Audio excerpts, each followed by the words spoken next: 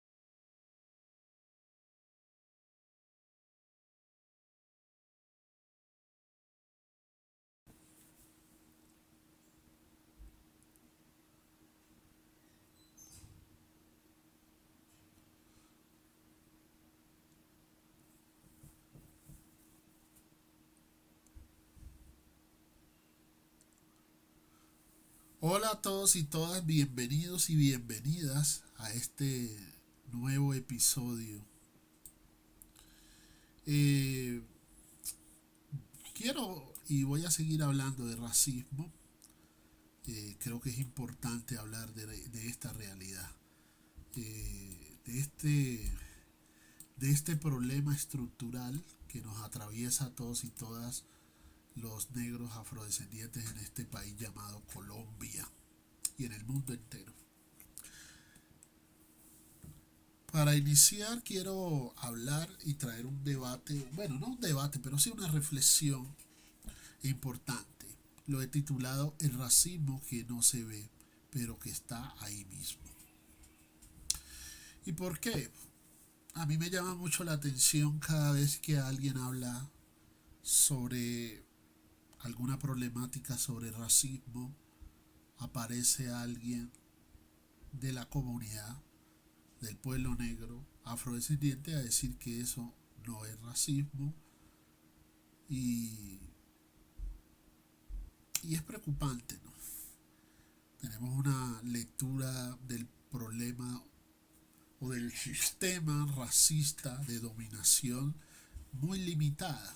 Y eso, como lo he dicho en algunas oportunidades, tiene que ver, por supuesto, con que la educación que hemos recibido es muy mala, de muy mala calidad.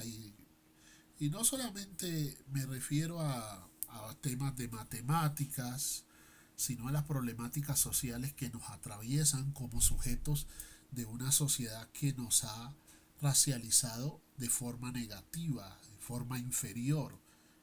No solamente en esa inferiorización, sino también en esa deshumanización continua. Y es allí donde nosotros y nosotras tenemos que empezar a leer el racismo más allá de lo explícito. Y eso no lo hemos aprendido todavía. Entonces siempre cuando hay una situación de racismo que no necesariamente es explícita, fácil de descifrar, se vuelve complejo. Y hace unos años cuando yo empecé con mi denuncia sobre racismo con la empresa AR Los Restrepo, donde fui víctima de racismo por algunos compañeros, recuerdo que en De Justicia alguien me explicaba que una de las cosas más complejas dentro de los procesos de litigio era demostrar cómo el racismo se constituía en un delito, ¿no? Muchas veces no da, o sea, cuando ese racismo ni siquiera es agazapado, que a veces se utiliza ese lenguaje para referirse a esta problemática, pero que ni siquiera es agazapado, pero que está allí, está en los silencios, que está allí en las miradas, que está en muchas partes. A veces, o no a veces, se nos dificulta leerlo, porque ahí es donde nosotros no entendemos. Y tenemos que partir de que el problema del racismo en nuestro país, en Colombia, o en el país donde nacimos, donde vivimos, es un problema estructural. ¿Qué significaría eso? ¿O qué significa eso? Pues que está atravesado, todo está atravesado por el racismo, absolutamente todo, hasta coger un transporte público, cosas como esas, ir a un supermercado, de una tienda, de cadena, etcétera, todo está atravesado, es un sistema de dominación, pero también un sistema que deshumaniza continuamente. Por eso se nos trata como se nos trata y se nos inferioriza como se nos ha inferiorizado históricamente. Y tenemos que entender eso, pero para poder entender eso tenemos que estudiarlo, porque si no, no entendemos, nos quedamos solamente en la superficie y ahí es donde viene el problema. El racismo que no se ve es el más eficaz. ¿Hasta cuándo? Pregunto yo, ¿hasta cuándo entenderemos que el racismo antinegro en Colombia es estructural?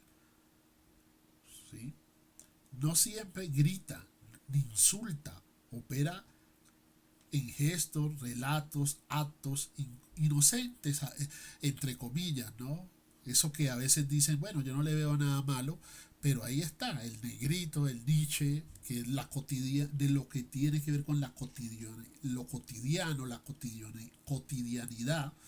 Y eso también ahí se está ejerciendo, donde las jerarquías raciales siguen intactas. En Colombia la jerarquía racial sigue intacta. Por más que nos hablamos de igualdad, hablamos de políticas públicas, hablamos de una cantidad de cosas, todavía hay unas brechas muy, muy, muy grandes. No es lo mismo ser una persona negra afrodescendiente y ni eso hablemos de, por ejemplo, las personas negras que están que son leídas como no negras por color, porque tienen los rasgos más finos, la piel más clara, etcétera, etcétera. Entonces eso es complejo en medio de una sociedad que es bastante racista hasta los tuétanos, y escuchar a la gente negra diciendo que más racistas somos nosotros las personas negras, pues aún es más problemático. El racismo que no se ve, ¿por qué está? Pero que está ahí mismo. Y ahí vienen esas discusiones complejas que a veces desgastan mucho. A propósito de lo ocurrido con la niña expuesta en un video por una influenciadora blanca mestiza, ¿no? Una influencer, dentro de un aeropuerto del país, se desata, pues obviamente se desató un debate público, como siempre.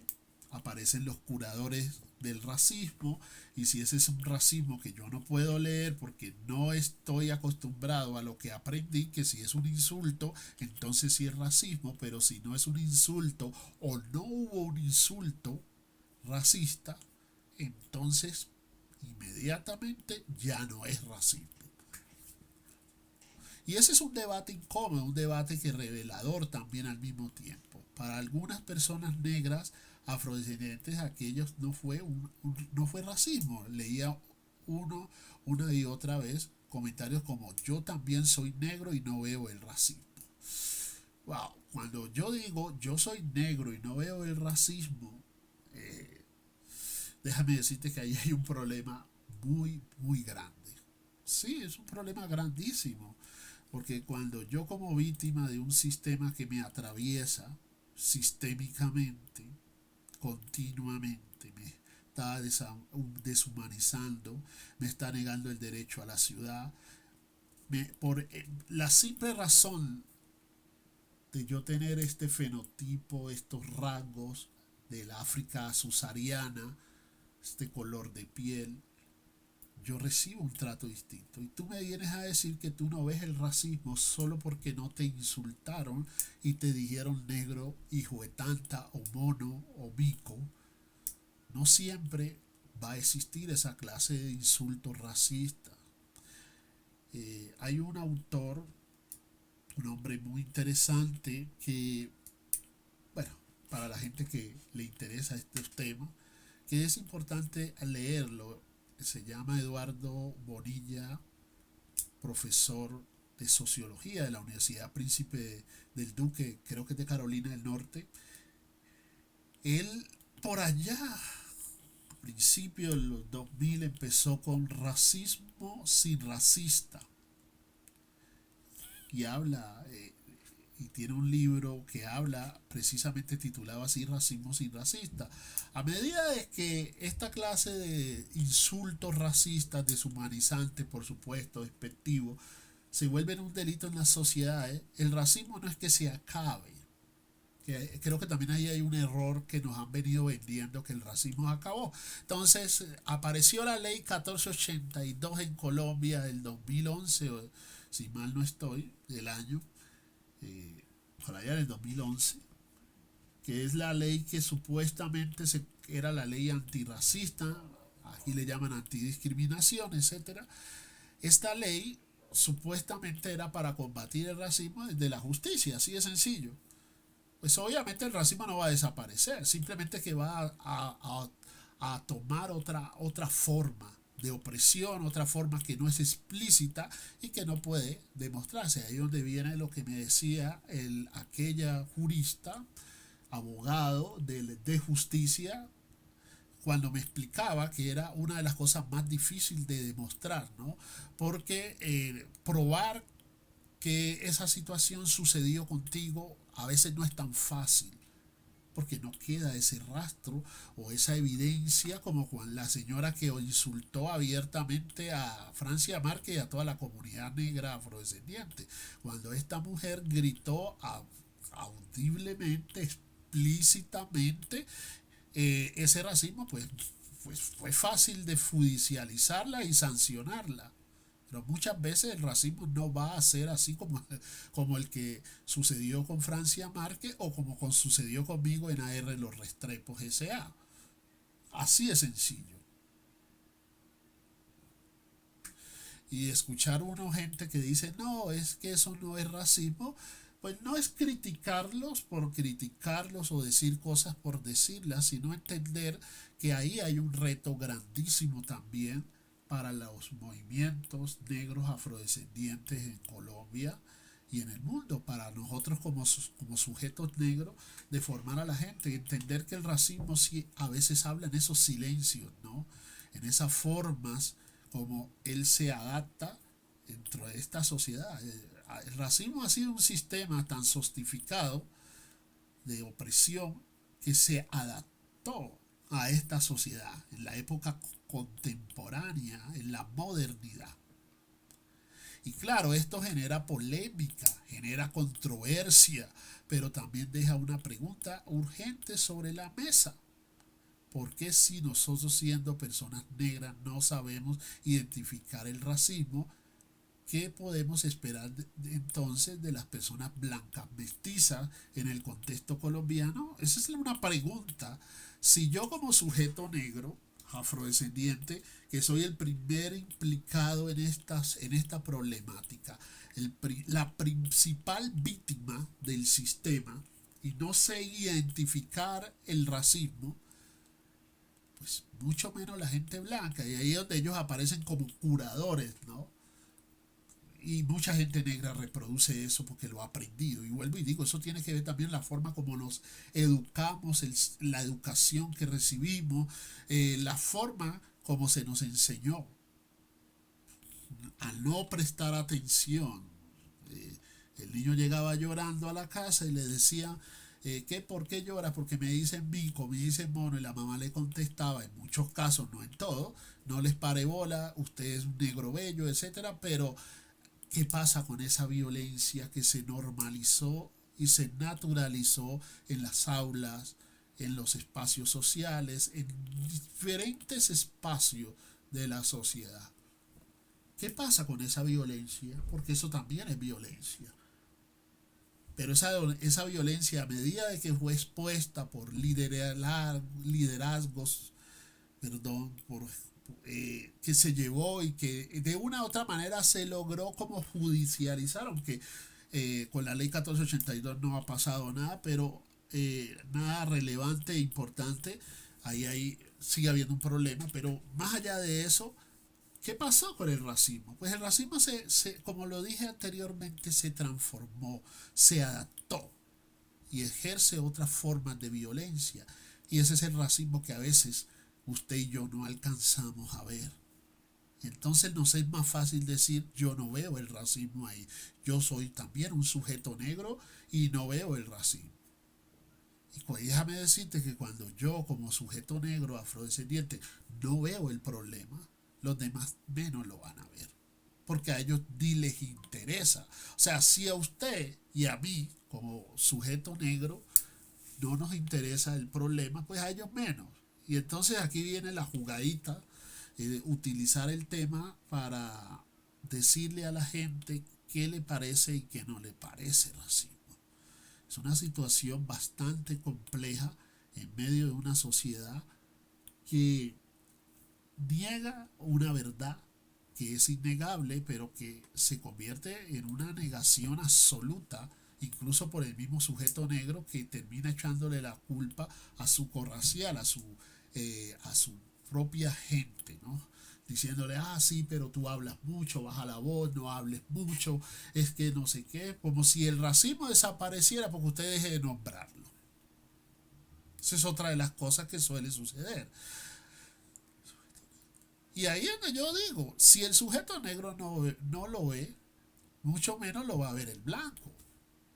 O sea, si usted como el implicado del problema, eso es como cuando usted tiene algo que hacer, y si usted no asume la tarea de hacer lo que usted tiene que hacer, pues otro no va a venir y se lo va a hacer, al otro menos le importa. Si a usted no le interesa resolver el problema que tiene, al otro menos. Y es importante en una sociedad como esta donde debiéramos de tener claro por lo menos lo básico del racismo, pero no lo tenemos. En alguna oportunidad grabé con un joven, creo, Poe, David Poe, artísticamente conocido como David Poe, y David Poe me decía algo muy importante. si nosotros, él me explicaba algo, y era que la educación, me hablaba sobre ese tema, y me decía que realmente es un tema que no lo tenemos relevante dentro de nosotros, con nosotros mismos. Entonces aquí es donde aparece una pregunta central. ¿Por qué no logramos reconocer el racismo antinegro cuando no es explícito? Cuando cuando no se pregunta como cuando no es como un insulto abierto, ¿no? Directo. Cuando no grita. Y bueno, esa es una buena pregunta. Y esa es la realidad. Nos cuesta aceptar el racismo como tal. Nos cuesta entenderlo. Y es más fácil salir a anular a la víctima y ponerse del lado del opresor, del agresor, del sistema. Se alinea con el sistema. Se asimila al sistema. Es más fácil que salir a decir, hombre, realmente aquí hay un problema y tenemos que combatirlo conjuntamente. Porque para mí que una persona blanca me diga que no ve el racismo, pues en cierta manera eso es normal. O sea, un blanco que me reconozca, especialmente ahora en la época de las redes sociales, donde el algoritmo también infringe y también lastima, lacera, ataca. Pues es importante verlo, ¿no? Cómo ver el racismo. Y ver que si el negro habla de racismo somos acomplejados, resentidos, etcétera, etcétera. Pero si lo hace el blanco, es el intelectual, el superintelectual, ¿no? En esa situación compleja. Y ahí donde uno dice la respuesta no es sencilla, o por lo menos para mí la respuesta no va a ser sencilla. Y lo digo con toda la realidad. La respuesta a esta problemática que se niega de parte de nosotros como víctima, no es sencilla. Pero desde que empecé a leer y a estudiar marcos teóricos como los de Fanon, por ejemplo, Piel Negra, Máscaras Blancas. Es un libro que para mí ha sido clave, me lo recomendó el profesor Jesús Carabalí, mi brother, mi amigo. Y ese libro, mucha gente, recuerdo, yo tengo un canal, perdón, una red en Facebook, tengo una cuenta que se llama Pensamiento Negro. Recuerdo hace como 2 años, o menos de 2 años, una persona, un sujeto negro, me empezó a escribir por el interno, ¿no? Yo quiero aprender cosas. Entonces yo lo primero que le dije fue, bueno, puedes empezar leyendo Los Condenados de la Tierra, que también es de Frantz Fanon, donde explica el daño que ha hecho el colonialismo en el sujeto colonizado, etcétera, etcétera. Y me dijo, no, es que yo ya me leí Los Condenados de la Tierra. Luego le decía, bueno, entonces mira Piel Negra, Máscara Blanca. No, yo también he leído eso. Yo era primero pues empecé a ver a esta persona como una persona fanfarrona que quiere encajar o llamar la atención, sí, más o menos, como llamar mi atención, impresionándome, pero a la forma como él opinaba o opina sobre estas problemáticas, no es una persona que haya leído y estudiado a Frantz Fanon a través de Piel Negra y Máscara Blanca. Déjame decirte lo que no. Déjame decirte que no ha leído, no ha estudiado a Fanon. Porque si entendiera a Fanon, si fuera leído a Fanon y estudiado sus marcos teóricos, quizás entendería muchas cosas de las que a veces imprime. Por ejemplo, el Tino Asprilla, no sé si vieron en el Facebook, en las redes sociales, el Tino Asprilla le dice a su papá está con una vara pescando en un lago y tiene una camiseta de Leo Messi puesta, ¿no? Y Faustino Asprilla, Faustino Hernán Asprilla, es su nombre, eh, jugando al gracioso para entretener a los blancos, ridiculizando al negro, le dice papá y Messi, pero Messi se quemó y él y trata de hacer un chiste de eso, hermano, y déjeme decirle, y si usted quiere puede dejar de seguirme, pero esto no es gracia, eso no es diversión. Hacer un chiste de eso, decir que Messi se quemó y que refiriéndose porque pues tiene la tez oscura, eh, los rasgos, etcétera. Eso es racismo, eso es reproducir el racismo, no es endorracismo. Ojo, yo no creo en el endorracismo, porque si el racismo es como un sistema de opresión, para tener ese sistema de opresión deben de pasar algunas cosas que más adelante lo explicaré, pero sí hay una reproducción de estas mismas cosas. Y la gente le pareció muy chistoso, igual a esta persona que me ha dicho que ya leído Fano, le dio me encanta o me gusta, y yo como, ¿cómo te va a encantar algo que divierte a los blancos, ¿sí? A los racistas? ¿Cómo te encanta eso? En realidad, tú leíste Fano, no leíste nada, solo quieres llamar mi atención y no me interesa. Leer sujetos pensadores como Amos Wilson. El tema de Amos Wilson es que toca traducirlo al español.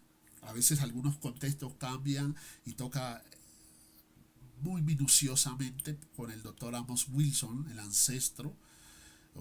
Fue un psicólogo, Fanon fue psiquiatra, mientras que Amos Wilson, un gran psicólogo, que se encargaron no solo de escribir, ¿sí?, sino también de documentar, estudiar estas problemáticas y escribirlas para que nosotros las entendamos, qué es lo que está pasando.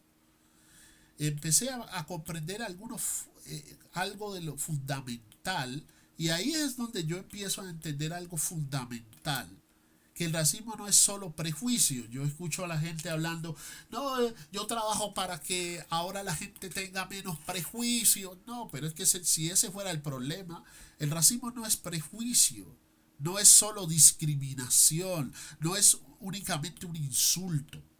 Hay otras cosas más complejas en un sistema. Hay un libro que se llama El Código del Racismo, escrito por Nelly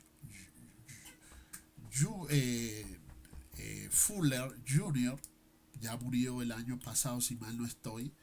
Es un libro poderosísimo para entender que es un sistema de dominación. Otra vez repito, hay que entender el racismo más allá, porque la gente nos dejaron en las ramas. ¿Y a quién le conviene? Pues a las lógicas de las políticas liberales que se hacen, donde no se trabaja modificando el sistema para que la gente negra pueda avanzar y romper esas brechas, sino trabaja temas de forma, más no de raíz, de estructura, de poder, ¿no? No transforma la estructura, sino que sigue por los lados. El racismo no es también una forma de dominación, ya lo expliqué. Esa dominación opera muchas veces en zonas grises. Ahí donde usted y yo a veces se nos dificulta decir, pero aquí a dónde está el racismo, es ahí donde opera. Porque ya les explicaba anteriormente que el racismo como sistema se ha adaptado y va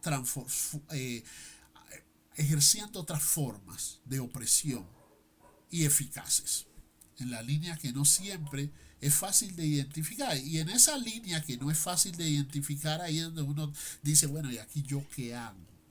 ¿Cómo yo avanzo en esta discusión? ¿Cómo veo esto? Y es importante estudiar, leerlo, entender muchas cosas. Alguna vez alguien me explicó un libro clave de Olsh, periodista y autora de Así que quieres hablar de raza. Ese libro es muy bueno, lo recomiendo. Así que quieres hablar de raza, no se pronuncia muy bien el nombre de ella. Y Geoan es una periodista afroamericana. En este libro ella establece profundamente la pedagogía, explicando por qué muchas veces resulta tan difícil reconocer el racismo cuando no es explícito ni abiertamente violento ante nuestros ojos, ¿sí? Y cómo podemos empezar a hablar de él sin invasiones, ¿sí? Sin invasiones que nos invadan. Tío. Eh, y estamos hablando en Estados Unidos, donde han nacido los más grandes, uno de los más grandes marcos teóricos, filosóficos. Estamos hablando de Touré, Mike Konecki, etcétera, etcétera. Y también este debate existe porque, como les dije, el racismo se va transformando, se va adaptando al tiempo. Y cuando les dije, abiertamente salen leyes, pues la gente ya no va a usar esa forma de ejercer el racismo, va a buscar otra forma que se hace más difícil. Y ahí es donde hablaba de Racismo sin racista, de Eduardo Silva Bonilla, sociólogo afro puertorriqueño, si no estoy mal. Y ahí es donde viene, cuando aquí dice, por ejemplo, combina expresiones personales, análisis sociales para mostrar cómo el racismo puede operar de una manera incluso sutil, cotidiana, normalizada. Y eso es lo que nos ha pasado en Colombia. En Colombia lo que pasó fue que el racismo se normalizó. Yo me recuerdo que cuando empezaron a hacer la discusión de la ley 1482, pues imagínense, empezó a haber un debate de madre mía y señor, porque muchas personas negras y no negras, especialmente las personas no negras, pues decían que cómo iban a poner una ley si aquí no había ese problema, que eso era gana de molestar y lo otro, porque esta siempre ha sido una sociedad que se ha opuesto al racismo, a que no hay un problema de racial, sino un problema de clase. Eso dicen los progresistas. Bueno, algunos de los progresistas dicen que no, que el problema es un problema de clase, ¿no? Que el problema no es un problema racial y que nosotros lo que tenemos es un problema de clase, y lo único que le falta decir es que somos acomplejados y que aquí el problema es de clase. Y claro, la clase nos atraviesa, pero no de la misma manera. Es importante entender eso. Así que este racismo sutil suele pasar de agache, para sobre todo cuando quienes lo padecemos no lo logramos nombrarlo ni identificarnos, cuando no entendemos qué es lo que nos atraviesa, cuando lo naturalizamos, por ejemplo. Esto también es parte del problema, la normalización del daño. Y es lo que vemos en las redes sociales. Cada vez que se abre un debate por alguna situación que no debiera de ser así, porque aquí todo se está llevando al caso, y si no pasa el caso, entonces el racismo, ¿qué pasa con el racismo? Entonces inmediatamente vemos esta expresión, ¿no? ¿Qué pasa con el racismo? Para crear... Entonces, para entrar en conclusión, es importante lo que voy a decir para concluir. Lo que ocurrió con la niña fue un acto racista. Y aquí viene el problema. Alguien me va a decir, pero ¿cómo va a decir si racismo? Si ella no le dijo nada, ella la invadió y no sé qué, y no sé qué lo otro, y ella no sé qué, porque siempre estamos justificando lo injustificable. Hemos aprendido eso también. Decir que una niña... bueno, aquí voy a entrar un poquito, porque tampoco quiero ahondar en el tema, porque a veces, incluso hasta la gente nuestra, a veces me canso, porque uno les explica una y otra vez y siempre como si fuera con plastilina, como que no entendieran a qué estamos expuestos, a qué nos atraviesa, qué nos está haciendo, el racismo, ¿por qué hablamos? Es importante hablar también de racismo.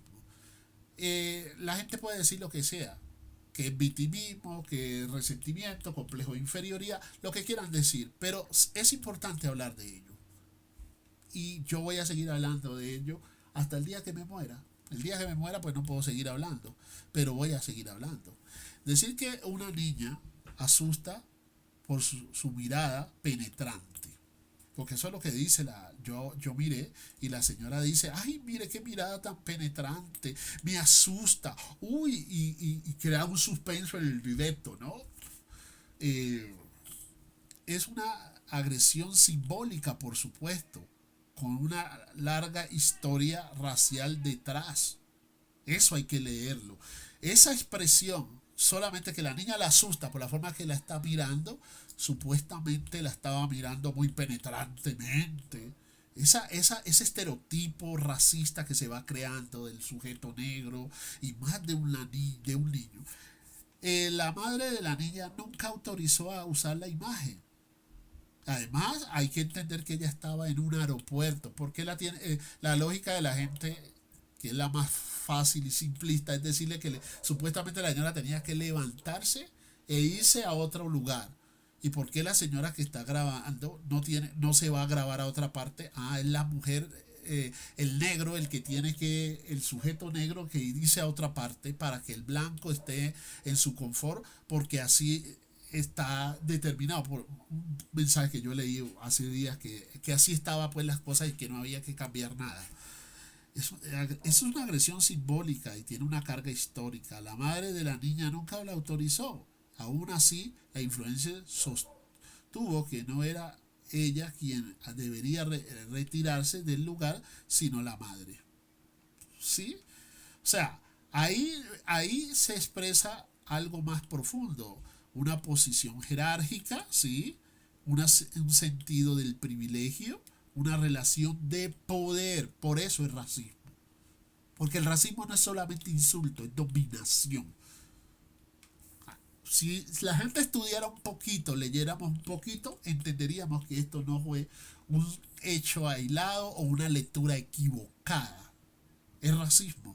Lo que pasa es que cuando uno se queda en lo básico, 2 más 2 es 4, pues, y no avanza el 2 más 2, pues se va a quedar siempre en lo mismo. Esto también es racismo.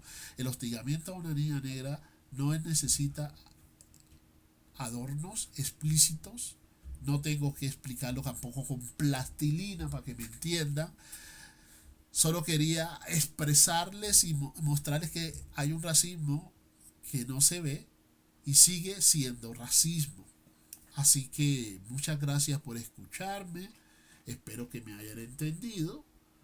Y bueno, eso es lo que quería hablar en este espacio, que creo que es importante hablar de racismo sin dejar de un lado el activismo. Y una cosa, no crean que porque se deje de hablar de racismo, el racismo se acaba. Eso es pura carreta. Eso lo dijo por allá un actor afroamericano que tiene cientos de millones de dólares en el banco. Entonces se inventó ese tema facilista. Actualmente estoy leyendo un libro que se llama Necropolítica, escrito por Achille Mbembe. Me lo recomendó el brother Giza y está muy bueno. Más adelante hablaré de este mismo. Así que hasta un próximo episodio. Muchas gracias.